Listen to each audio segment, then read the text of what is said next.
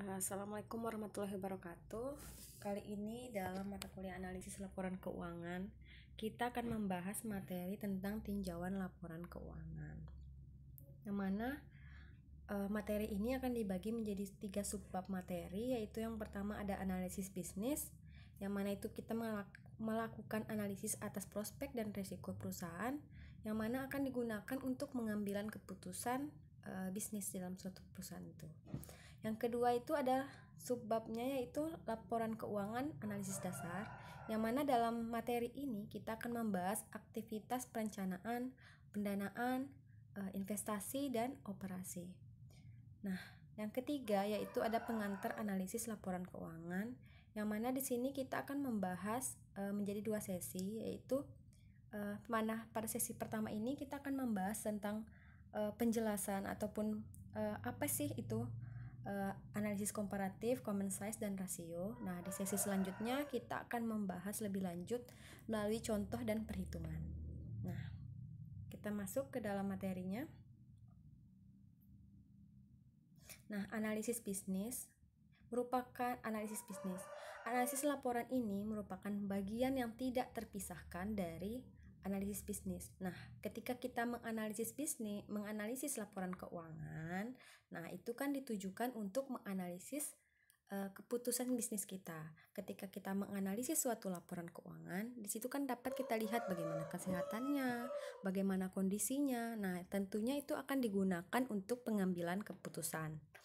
Nah, tujuan dari analisis bisnis ini yang seperti saya jelaskan tadi, bahwa untuk meningkatkan pengambilan keputusan bisnis dengan mengevaluasi informasi yang tersedia tentang situasi keuangan perusahaan, manajemen, rencana, strategi, serta lingkungan bisnisnya. Nah, apabila laporan keuangannya ini bisa dipertanggungjawabkan, dipergunakan tanpa keraguan, nah tentunya di situ kita dapat menggunakan dan menganalisis laporan keuangan tersebut. Nah, kita lihat bagaimana sih tingkat pengembalian ROA-nya, bagaimana ROE-nya. Nah, jadi tentunya hal ini nanti bisa digunakan untuk pengambilan keputusan yang tepat. Nah, jika kita sudah menganalisis, keputusannya tentu saja dapat untuk memproyeksi ke depannya seperti apa. Nah, jenis-jenis analisis bisnis itu ada 2, ada analisis kredit dan ada analisis ekuitas. Nah, analisis kredit ini, nah kita melakukan analisis atau evaluasi atas kelayakan perusahaan tersebut, apakah dia layak untuk mendapatkan kredit, meliputi yaitu analisis solvabilitas dan analisis likuiditas. Nah, sedangkan analisis ekuitas ini, nah kita ini menganalisis ketersediaan dana perusahaan sebagai imbalan dari kepemilikan perusahaan.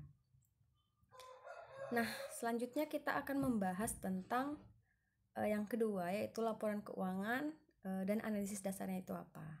Nah, seperti yang kita ketahui, laporan keuangan itu setidaknya itu harus terdiri dari laporan posisi keuangan atau neraca, laporan laba rugi, dan laporan arus kas. Itu yang paling penting, dan ditambah lagi dengan laporan ekuitas pemegang saham.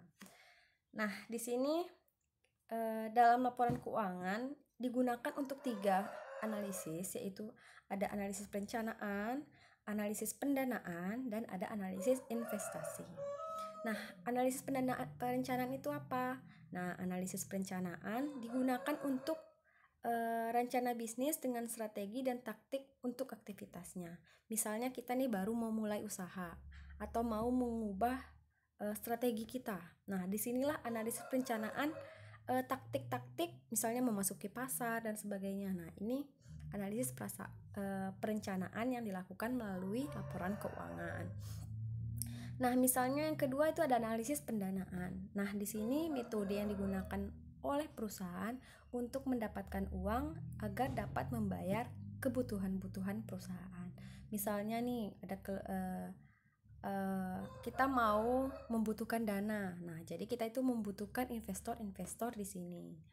Nah, selanjutnya yaitu analisis investasi. Nah, apabila di dalam perusahaan ini sudah kelebihan kas, nah jadi dia itu bisa menginvestasikan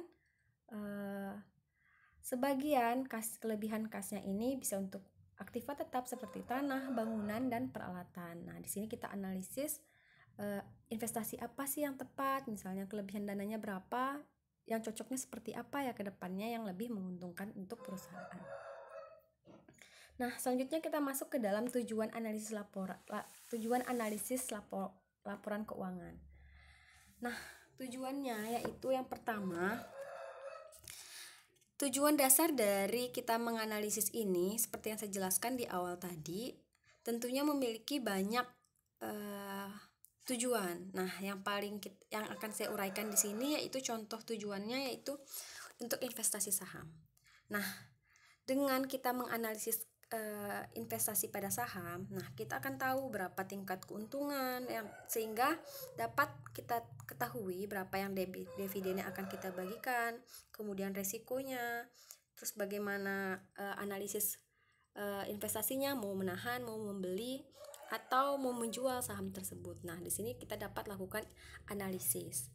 Nah, kemudian masuk ke pemberian kredit. Nah, dalam analisis ini yang menjadi tujuannya yaitu kita dapat menilai kemampuan perusahaan dalam mengembalikan pinjaman yang diberikan dan beserta bunganya di sini. Nah, apabila kita sudah menganalisis laporan keuangan, kita bisa tahu ini perusahaan bisa layak nggak diberikan pinjaman atau kredit. Nah, selanjutnya kita masuk ke kesehatan pemasok. Nah, di sini kita bisa lihat perusahaan yang tergantung pada suplai pemasok akan mempunyai kepentingan pada pemasok tersebut.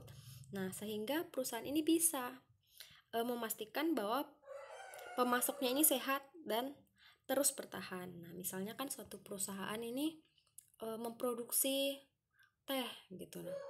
Misalnya teh kayak Unilever ya, seperti yang kita tahu teh Unilever. Nah, tehnya itu dikelola oleh perusahaan lain, misalnya yang bagian yang pengepul tehnya. Nah, kita bisa tahu bagian apakah perusahaan ini akan terus bertahan atau tidak. Nah, sehingga perusahaan teh kita tetap berjalan. Nah, karena dari pensuplai tadi, apakah keadaannya baik-baik aja? Apakah dia akan tetap bertahan gitu, tidak akan bangkrut. Nah, itu kita bisa menganalisis kesehatan pemasok kita. Nah, yang kelima ada kesehatan. Yang keempat ada kesehatan pelanggan.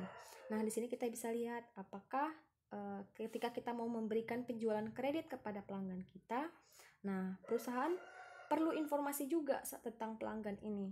Apakah pelanggan tersebut bisa memenuhi kewajiban jangka pendeknya? Jangan-jangan kita kasih ngutang, ternyata kita kasih penjualan kredit, ternyata perusahaannya ini bangkrut, kolaps. Nah, tentunya itu kan ada piutang tak tertagih nanti di situ. Nah, jadi itu kita bisa menganalisis dari laporan keuangan mereka. Nah, selanjutnya itu ada kesehatan perusahaan. Nah, di sini kan ketika kita menganalisis laporan keuangan kita sendiri, tentunya kita akan memastikan bagaimana keadaan posisi keuangan perusahaan kita sendiri ini. Apakah tadi ROA-nya berapa, ROE-nya berapa. Jadi kita bisa mengambil keputusan. Kita bisa mengetahui kesehatan kita seperti apa, jadi solusi yang kita lakukan itu tepat. Nah, sedangkan untuk pemerintah, tujuan analisis laporan keuangan ini untuk menentukan untuk menentukan regulasi, misalnya ketika ada misalnya dengan keuntungan sekian untuk tingkat industri. Nah, nanti regulasinya mungkin bisa nih cocok diturunkan saja. Ini dinaikkan aja pajaknya. Jadi itu tujuan dari analisis laporan keuangan juga. Nah, kalau analisis internal ini sebenarnya sama saja sama yang di atas. Kita bisa menentukan sejauh mana sih informasi tentang kondisi keuangan dan sejauh mana perkembangan perusahaan, sehingga dapat digunakan untuk perencanaan tadi dan mengevaluasi perubahan strategi di dalam perusahaan. Kemudian kita masuk ke dalam analisis pesaing.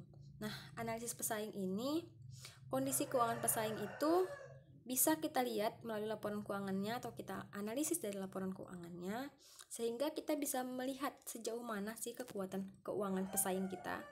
Nah, jadi nanti ini akan digunakan untuk penentuan strategi perusahaan, baik itu strategi harga, strategi merebut pangsa pasar, atau keputusan-keputusan lainnya. Jadi seperti itu ya.